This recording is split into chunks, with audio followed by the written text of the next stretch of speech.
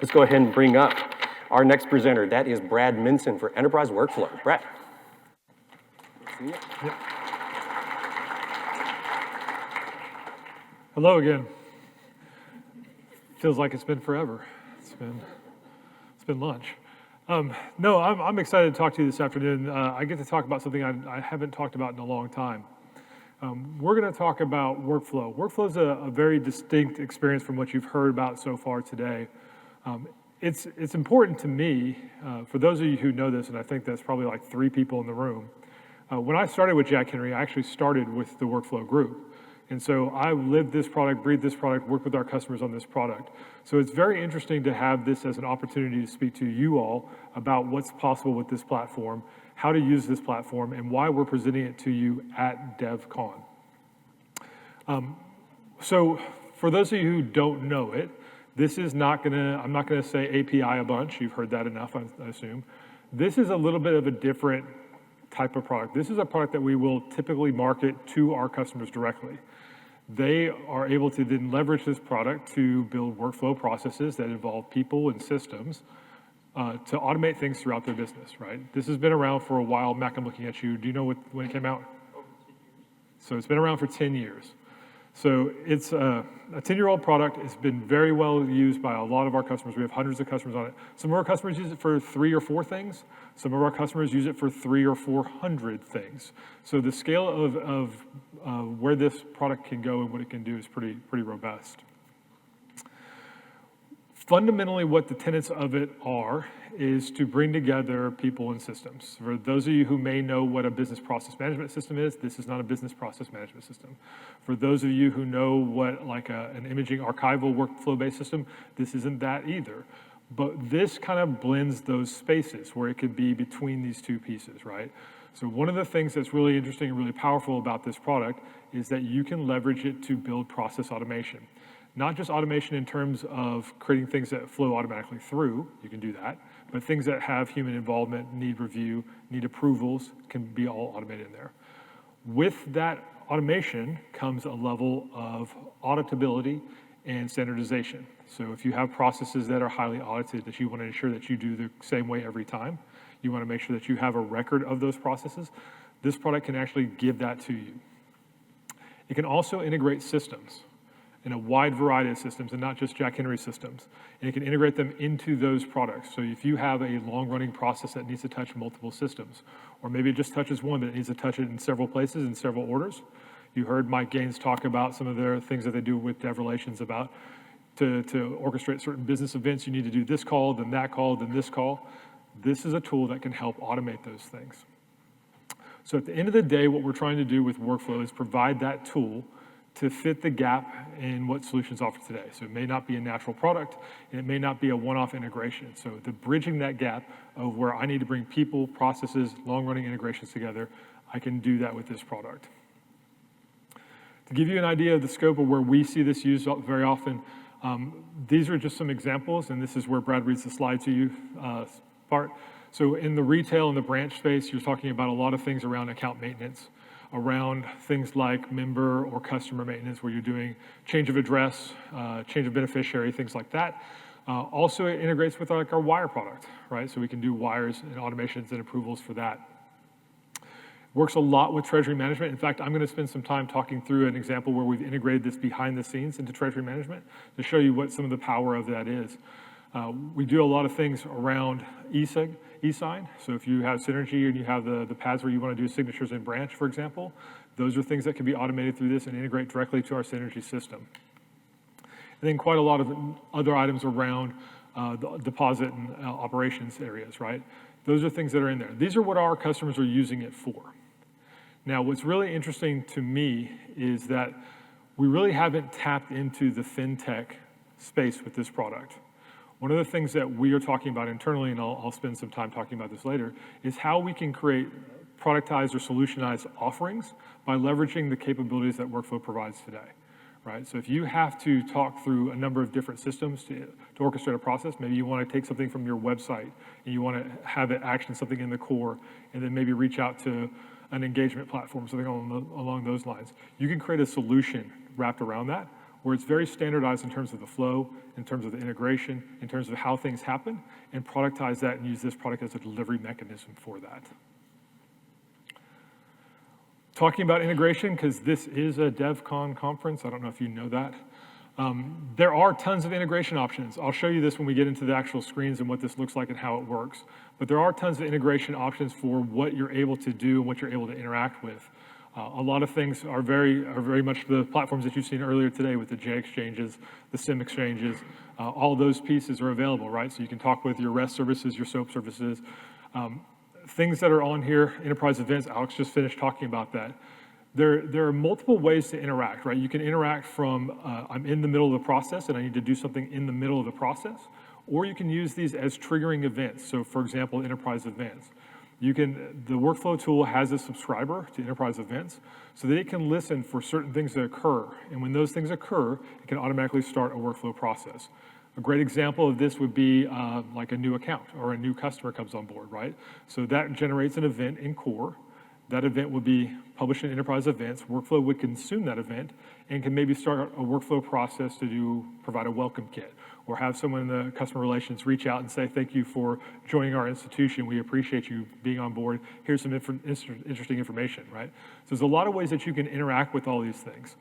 You can even go down to something that's very simple, maybe even a little bit rudimentary for most of what we talked about today, where you can do forms.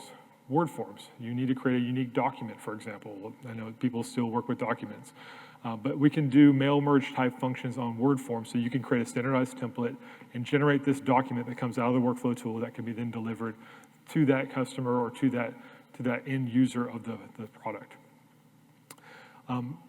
Another interesting one, this one's a little bit sparsely used, we'll say, is the ability to launch third-party applications. So you can actually, as part of the workflow, going through it, launch an application outside of this space, which is an interesting integration option I don't think we've talked to yet.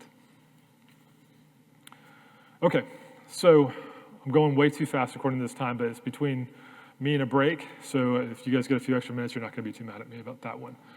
But I do wanna talk about some integrations. One of the integrations we're talking about in terms of productizing solutions or solutionizing workflow, whatever phrase we wanna use for that, is the ability to embed workflow behind the scenes, right? So whereas you're taking advantage of the opportunities that are offered by the platform, but maybe you're not directly interacting with it. So a great example of something that we're looking at is with our Banno product. So our Banno product has the ability to use forms and create forms in it, and that can then drive and trigger workflows that can go downstream to many systems. And now we can take very complex examples, very long-running examples that may take multiple days even to approve. Maybe you have different approvals, different chains of execution in there that can run and manage that whole process from beginning to end, right? So you're triggering it with like a Banno, it's interacting with the core, it's going to someone in the back office to do a review or an approval.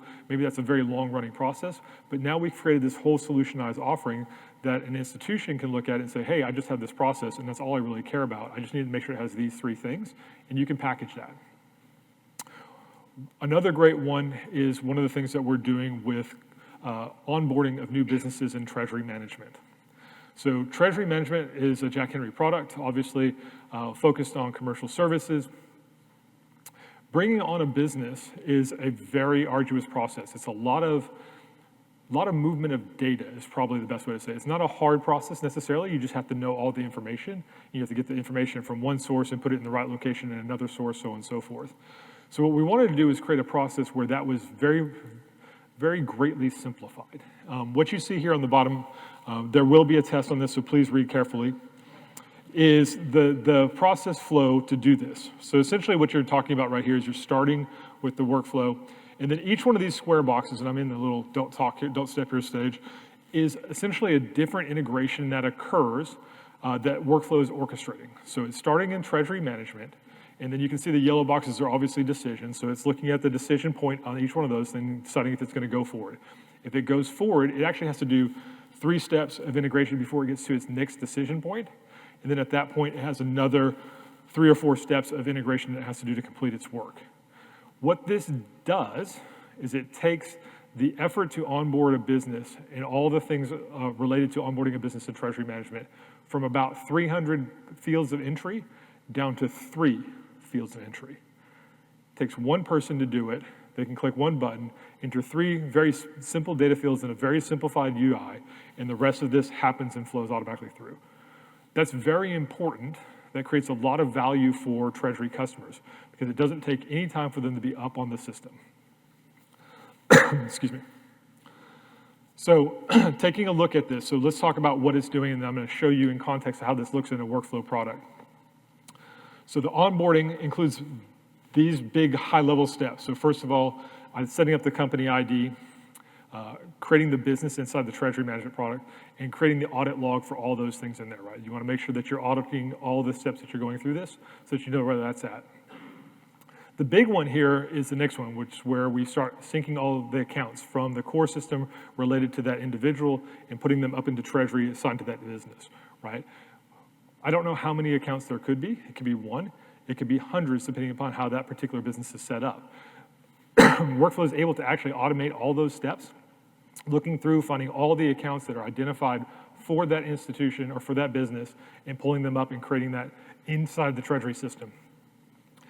It'll additionally set up users, it'll set up enrollments, it'll set up the super users, and it'll set up any stop payments that are required on any of those accounts. What the actual user sees is just this screen. So they have these 3 data elements that they're putting in there. They're applying the CIF number that's related to that particular institution. It has an email address that has to be for the administrator, and then they click the complete button at the top, and that triggers the workflow to go, right? At that point, they're hands off until this workflow completes, which is going to be a completely automated process. It's talking to the core, talking to the Treasury Management system back and forth, managing that entire interaction and setting up this business. This is the design surface, and this is showing you kind of what we're talking about when we say what workflow is and how it works, right? So you have a visual designer surface, which is this broader area over here. It's designed so that you can create a flow. You probably may not be able to see those arrows there, but essentially that creates the process flow. So it's very drag and drop, where you're able to set up activities, set up the steps that are in there, be able to map them for the flow of how it goes. And this shows you what it looks like when we start going into this. This is the very first steps of that workflow process. I'm not going to show you the whole thing because it's pretty long, but I do want to show you how you interact with this interface. Over here on the left-hand side, you're going to see all the different activities and interactions that we're able to do in this process. So all the things that I said earlier about being able to integrate with SOAP services and REST services, you can see that they're right there. You simply select it from the left-hand side, and you can drag it onto the surface area and then connect it to your workflow process. That's as easy as it is. You can do data assignments. So what's in the red box right there is a data assignment. So as I'm setting up a particular institution, if I want to set up a field value to it or I want to pull a value out of another system, I can do that and use that as a data that I can pass through the entire workflow process. And then you have other things down here in this flow section, right? So if most of you have some technical experience, understand programming, there's logic that can be applied to this workflow process. So flow decisions, decision points, if then else type decisions where you can do things in parallel. If you want to do concurrent processing, if you need to do sequences or sub-processes, that's all available in this visual designer. All right, so when we talk about the integrations are really cool.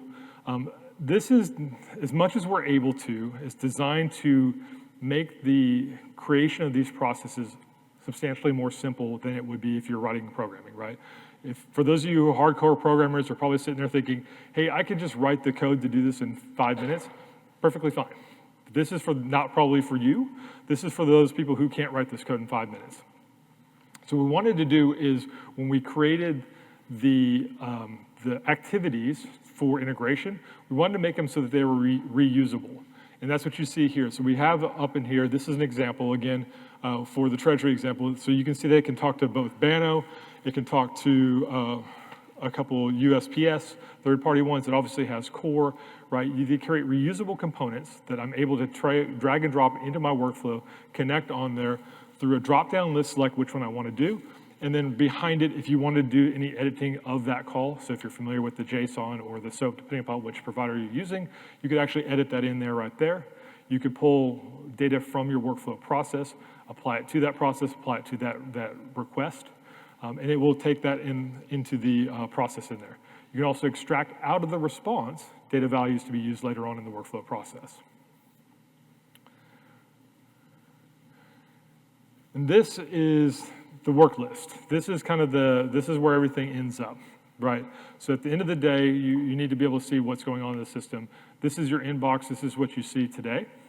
It shows you all the processes that are going in there, who started it, what they're for, any material information on that. If you need to work and act on it, you're able to do so here.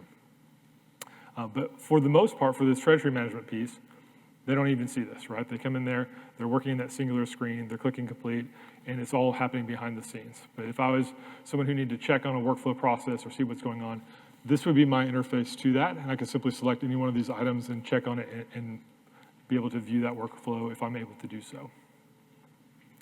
So that's where we are today. That's what's available out there. This is typically a product that's installed on a customer's premise.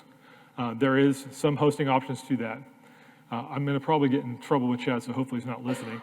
But I do want to talk for a couple minutes about where we're going with this.